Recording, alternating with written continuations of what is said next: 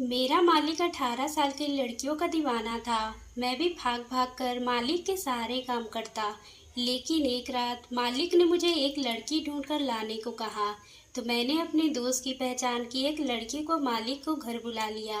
रात हुई तो मालिक उस लड़की को 1,000 देकर पूरी रात जब मुझे मालिक नौकरी पर रखे थे, मैं बहुत ही खुश था, क्योंकि वह मुझे तनख्वाह के अलावा भी रोजाना कभी 500 देते। तो पहली बार जब मुझे मालिक ने 500 का नोट पकड़ाया तो मैं हैरत की शक्ल से मालिक को देखने लगा। तो उन्होंने मुस्कुराकर मेरे बालों को अपने हाथों से बिखेरा और कहने लगे, तुम्हें हैरान होने की कोई जरूरत नहीं है, तुम्हें इसी तरह से कई इनाम मिलेंगे, बस तुम मेरे हर बात मानते रहो और मेरे कहने पर तुम वो सब मुझे ला कर दो। मालिक की बात सुनकर मुझे कुछ समझ नहीं आया था। खैर, मैं 500 का नोट हाथ में लिए बहुत ही खुश था। वह तकरीबन 50 साल के मर्द थे और बड़ी ही खुश मिजाज और हर किस्म के रंग बिरंगे कपड़े पहनते थे। हर वक्त अपनी सेहत और फिटनेस का भी बहुत ही ख्याल रखते थे। मेरे मालिक बहुत ही अमीर थे और 50 साल की उम्र में भी अपना पूरा कारोबार अकेले ही संभालते थे। बाहर मुल्क में भी जाते थे। मेरे मालिक की पत्नी उनसे अलग रहती थी, पर उन दोनों का तलाक नहीं हुआ था, क्योंकि मालिक और मालकिन के बीच हर वक्त झगड़ा होता था। मालकिन अपना ज़्यादातर वक्त शॉपिंग में और दूसरी एक्टिविटी में गुजारती थी। जैसे कभी पार्टी में चली गई तो कभी दोस्तों के साथ कहीं पिकनिक का प्रोग्राम बना ली। कभी घर पर होती तो नौकरों के साथ हंसी मजाक करती रहती और ये सबसे तंग आकर उन दोनों के बीच लड़ाई शुरू हो जाती थी। तभी एक दिन मालकिन घर छोड़कर अपने मायके चली गई और अपने साथ अपने दोनों बच्चों को भी ले गई। बात उस समय की है जब मैं उस घर में नौकर बनकर आया था। मेरी मालकिन दिखने में काफी खूबसूरत थी। उनकी उम्र लगभग 35 साल की थी और उनके दो बच्चे, एक बेटा और एक बेटी था। वह भी लगभग 16 से 17 साल के दिखते थे। खैर, मैं उस घर में ईमानदारी से नौकरी कर रहा था। मैं एक 20 साल का नौजवान था, लेकिन मैं गरीबी घराने से था और मैं 12वीं तक पढ़ाई हासिल की थी। लेकिन मुझे नौकरी कहीं भी नहीं मिली। तो फिर मुझे मालिक के घर मैंने नौकरी कर ली। यहाँ पर तनख्वाह बहुत ही अच्छी मिल रही थी और काम भी ज़्यादा नहीं था। वैसे तो सब कुछ ठीक ठाक था, लेकिन ये बात मुझे अपनी मालकिन की बड़ी ही अजीब लगती थी। उस घर में कोई भी नौकरानी नहीं थी, सभी आदमी ही थे और मालकिन उन मर्दों में से सारे घर का काम करवाती थी। मैं भी घर के छोटे मोटे कामों के लिए था। ज्यादातर मेरा काम एक ही था कि मैं मालकिन के साथ हर वक्त रहता था। वह जहाँ भी जाती थी मुझे अपने साथ लेकर जाती थी। मुझे ड्राइविंग आती थी, इसलिए गाड़ी भी मैं चलाता था। मेरे तो मजे किए थे कि वह जहाँ भी जाती, जैसे भी पार्टी में जाती, मुझे अपने साथ टेबल पर बिठाकर खाने खिलाती थी। फिर मुझसे अलग से पैसे भी दे देती थी, इसलिए मैं उनके काम भाग कर करता था। वैसे तो मेरा नाम सुरेश था, लेकिन मालकिन मुझे सूरज कहकर पुकारती थी और मैं भी बड़ा खुशी खुशी मालकिन के हर काम करता था। कभी कभी मैं खुद ही मालकिन से कहता था, मालकिन जरा पान खाने के पैसे तो देना। वह खुशी से मुझे 500 का नोट पकड़ा देती थी। एक दिन मैं मालकिन के साथ एक रेस्टोरेंट में बैठा था। वह अपनी दोस्त का इंतजार कर रही थी। उनके साथ उन्होंने कब से मिलने का प्लान बनाया था, लेकिन मालकिन के दोस्त ने कहा कि वह किसी के जरूरी काम में फंस गई है, वो आज रेस्टोरेंट में नहीं आ सकती है। तभी मालकिन को सोचने लगी। फिर वह मुझे मेरे बारे में पूछने लगी। बातों के दौरान ही ना जाने उन्होंने क्या लगातार मेरे चेहरे को बड़ी ही गौर से देखने लगी। फिर कहने लगी, जाकर 2 सिगरेट लेकर आओ। ये सुनकर मुझे हैरत हुई थी, क्योंकि आज से पहले तो उन्होंने कभी मुझसे ऐसे फरमाइश नहीं की थी। मैं गया और 2 सिगरेट लेकर आया। एक सिगरेट उन्होंने मुझे दे दिया, क्योंकि मैं भी खुद सिगरेट का शौकीन था। दिन 2-4 दिन में पी लेता था, इसलिए उनके हाथ से ले लिया। हैरत का झटका मुझे तब लगा था जब मालकिन ने भी अपने मुंह से सिगरेट ली थी और लाइटर से जलाया था।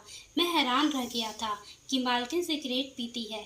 मैं अपनी मालकिन को सिगरेट पीते हुए बड़ी हालत में देख रहा था। उसे देखकर ये नहीं लग रहा था कि उसने पहली बार सिगरेट पी है, तो किसी शौकीन के सिगरेट पीने वाले की तरह सिगरेट पी रही थी। लेकिन ना जाने क्यों सिगरेट पीते पीते हुए किसी गहरी सोच में जा चुकी थी। मैं अपनी इसी मालकिन की तरफ देख रहा था। उनकी नजरें मुझ पर नहीं थी, बल्कि मेरे पीछे टेबल पर टिकी हुई थी। काफी देर तक वह बिना आंखों देखा वह एक नौजवान लड़का बैठा था। ये देखकर ये लग रहा था कि जैसे वह डेट पर आया है। वह लड़की उसे अपने घर रिश्ता लेकर आने के लिए फोर्स कर रही थी, लेकिन वह लड़का लगातार बहाने कर रहा था, अपनी गरीबी का रोना रो रहा था। और मैंने गौर किया था कि मालकिन की नजरें सिर्फ इस नौजवान की तरफ लगातार उसे देखे जा रही थी और साथ में ठंडी आग बह रही थी। अपने मुंह से सिगरेट के धुएं के गुब्बारे भी उड़ा रही थी। आहिस्ता आहिस्ता मालकिन की आंखों में नमी थी। उसके बाद उनकी आंखों से आंसू झिलमिलाने लगे थे। उनके अपने हाथों में अपनी आंखें रगड़कर साफ की थी। फिर मेरी तरफ देखी। मैं उनकी ही तरफ देख रहा था और नजरें चुराते हुए मुझसे कहने लगी, सिगरेट के धुएं की वजह से आंखों में पानी आ गया है, लेकिन ये नमी तो उनके लफ्जों में खुली हुई थी। मैं वजह तो नहीं जानता था, लेकिन मुझे आज मालकिन बड़ी दुखी लग रही थी, वरना वह तो हर वक्त मुस्कुराती हंसती रहती थी। मैंने मालकिन से कहा कि मालकिन घर चलो, तो वह कहने लगी, इतनी भी जल्दी क्या है। फिर उन्होंने मेरे सामने रखी प्लेट के ऊपर से टिश्यू पेपर उठाया और अपने पास एक बॉल पेन निकाली और टिश्यू पेपर पर ना जाने क्या लिखा, फिर लपेटकर मुझे दे दिया और कहने लगी, ये तुम्हारे पीछे जो नौजवान बैठा है उसको दे दो और उससे कहना कि मैं दी हूँ। मैंने वह टिश्यू पेपर पकड़ा और उस नौजवान को दे दिया। वह मुझे देखने लगा और कहने लगा, ये क्या है। मैं पीछे मालकिन की तरफ इशारा किया था।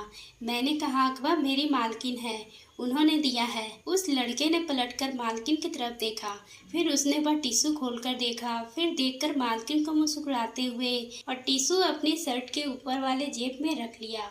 मुझे समझ नहीं आ रहा था कि ये सब क्या हो रहा था। अगर वो नौजवान मेरी मालकिन का जान पहचान का था तो उठकर उनसे बोलना था या मिलना जरूर आता। अगर वह कोई अनजान था तो एक हसीना कम उम्र की खूबसूरत लड़की के साथ बैठा हुआ था। वह मेरी 40 साल की मालकिन को क्यों लिफ्ट करा रहा था। पर उस वक्त मैं उस लड़की को चेहरे को नहीं देख पाया था, क्योंकि वह मेरे टेबल पे आने से पहले वह वापस रेस्टोरेंट से बाहर चली गई थी। इसलिए मैं और मालकिन ने उस लड़की के चेहरे को तो नहीं देखा था, लेकिन उसके हुलिये से साफ पता चल रहा था कि वह बहुत ही कम उम्र की लड़की थी। खैर, मैं ये सारा किस्सा इस टिश्यू पेपर पे लिखे हुए लफ्जों का था, जो मैंने नहीं देखा था यहाँ क्या लिखा है, जिसे पढ़कर वो नौजवान मेरी मालकिन को मुस्कुरा कर देखने लगा था और वह टिश्यू भी उसे फेंकने की बजाय अपनी जेब में डाल लिया था। कहीं न कहीं कुछ तो गड़बड़ थी। पर मालकिन मुझसे कहने लगी, चलो मेरा काम हो गया है। मैं हैरान था, उनका कौन सा काम हो गया है। यह कहकर मालकिन और हम वापस घर आ गए। घर आकर मैं अपने क्वार्टर में जब लेटा तो मेरी आंखों के सामने वही रेस्टोरेंट वाला मंजर आने लगा और बार बार उस नौजवान के चेहरे मेरी आंखों के सामने आने लगे। मैं सो नहीं पा रहा था और अगले ही दिन घर के कामों में लग गया और दिन इसी तरह से गुजर रहे थे। एक दिन मैं माली के साथ उनके ऑफिस गया था। मैं फिर जिस लड़के को उनके ऑफिस में देखा, ये देखकर मेरे तो होश उड़ गए। आखिर मालकिन उस लड़के को ऐसा क्या लिख कर दी थी टिश्यू पेपर में, जब ये सारी सच्चाई जाननी थी। क्योंकि मैं मालिक का वफादार नौकर था और मुझे हर हाल में सच्चाई पता करनी थी, इसलिए मैं अब मालकिन पर नजर रखने लगा था। मालकिन मेरे साथ फिर से रेस्टोरेंट गई और इस बार मालकिन उस लड़के को वहां पर बुलाई थी। पर जब वो लड़का उस रेस्टोरेंट में दाखिल हुआ तो मालकिन ने मुझे ये कहकर वापस भेज दी कि तुम जाओ, कार में बैठो, तुम्हारे लिए खाना वहीं पर आ जाएगा, कुछ देर के बाद आऊंगी। मैंने कहा ठीक है मालकिन, पर मुझे उन दोनों की सच्चाई जाननी थी, इसलिए मैं कार में बैठने के बजाय थोड़ी देर के लिए एक टेबल के पीछे छुप गया और उन दोनों पर नजर रखने लगा। जब वो लड़का मालकिन के पास टेबल पर बैठा तो दूरी होने की वजह से मुझे उन दोनों की बातें सुनाई नहीं दे रही थी, इसलिए मैं उन दोनों के बीच की बातें सुन नहीं पाया और फिर मैं वापस अपने कार में आकर बैठ गया और थोड़ी ही देर के बाद मालकिन मुस्कुराते हुए कार की तरफ आ रही थी। ये देखकर मैं चुपचाप कार स्टार्ट कर दिया और मालकिन का चेहरे पर बहुत ही चमक थी। मालकिन जैसे ही कार में बैठी मुझसे कहने लगी, सूरज, तो मालिक से इस बारे में कुछ मत कहना। और वह अपने पर्स में से 500 का नोट निकालकर मेरे हाथों में थमा दी। मैं 500 का नोट लेकर बहुत ही खुश था, क्योंकि मैं एक गरीब लड़का था, इसलिए मेरे लिए पैसे की बहुत ही ज़रूरत थी, क्योंकि मैं अपने गांव माँ बाप को हर महीने कुछ पैसे भेज दिया करता था। ये सोचकर मैं 500 का नोट अपने पास रख लिया और मालकिन से कहा, मैं इस बारे में मालिक से कुछ नहीं कहूँगा। फिर हम दोनों वापस घर आ गए। जब रात को मैं अपने क्वार्टर में सो रहा था तो मुझे बहुत ही अफसोस हो रहा था कि मैं मालिक से मालकिन के बारे में छुपाकर सही कर रहा हूँ या गलत। मुझे अपनी वफादारी पे शक हो रहा था। मैं अगली सुबह जाकर मालकिन का 500 का नोट उनके हाथों में देकर कहा, मैं आपसे ये पैसे नहीं ले सकता हूँ।